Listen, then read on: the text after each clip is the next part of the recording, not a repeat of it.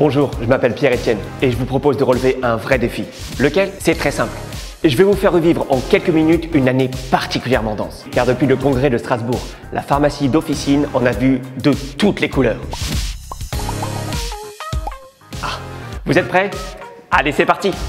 En avril, la bête noire de la pharmacie, c'est l'autorité de la concurrence, qui rend public son avis sur la distribution de médicaments en ville. Dans un entretien avec le pharmacien de France, sa présidente, Isabelle de Silva, justifie ses recommandations en faveur de l'ouverture du monopole et du capital et l'assouplissement des règles de vente en ligne de médicaments par ces mots. Soit on laisse la profession dépérir, soit on lui donne plus de liberté. La FSPF voit rouge.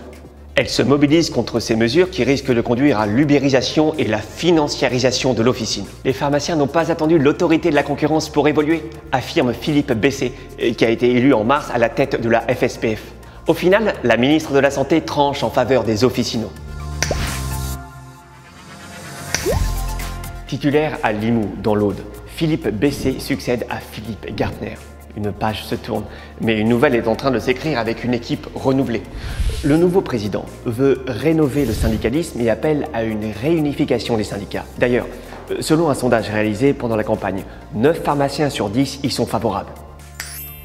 À partir du 9 février, les boîtes de médicaments devaient montrer patte blanche avant d'être remises aux patients. La fameuse sérialisation devait entrer en vigueur. Face aux multiples bugs rencontrés dans les officines en France et en Europe, le système européen de vérification de l'authenticité d'un médicament n'a pas pu être mis en place à la date prévue. Plusieurs fois, la FSPF avait dénoncé l'inefficacité du dispositif prévu dans le règlement européen. Elle a transmis au ministère de la Santé des propositions en faveur d'une véritable traçabilité de la dispensation. La mise en place des nouveaux honoraires le 1er janvier provoque également des bugs à l'officine.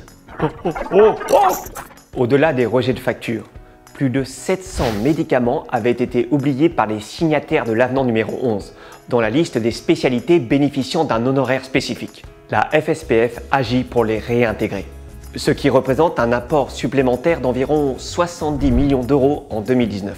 Mais les pouvoirs publics entendent bien les récupérer. Pour la FSPF, la ligne jaune est franchie.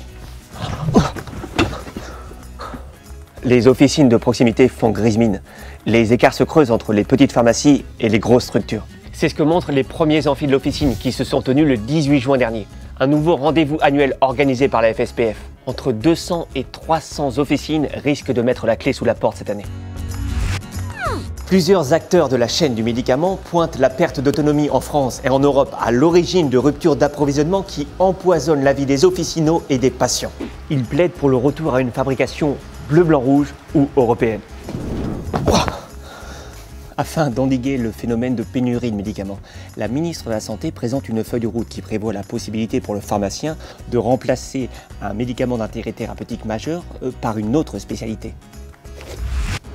À partir du 1er janvier 2020, les produits homéopathiques passeront à l'orange, leur taux de remboursement étant abaissé à 15%, avant d'être complètement déremboursé en 2021. Le Parlement adopte la loi de santé en juillet, censée mettre en musique la grande réforme sanitaire du quinquennat d'Emmanuel Macron, baptisée Ma Santé 2022. Une réforme qui mise sur l'exercice coordonné et le développement des communautés professionnelles territoriales de santé, les CPTS. Après la généralisation de la vaccination antigrippale à l'officine, votée dans le cadre du PLFSS pour 2019, ce texte donne le feu vert au principe de la dispensation protocolisée de certains médicaments, à la prescription de vaccins pour les officinaux et permet de mettre enfin en œuvre le pharmacien correspondant. De nouvelles missions portées par la FSPF qui pourraient rendre nécessaire l'évolution du rôle de chacun dans l'équipe officinale.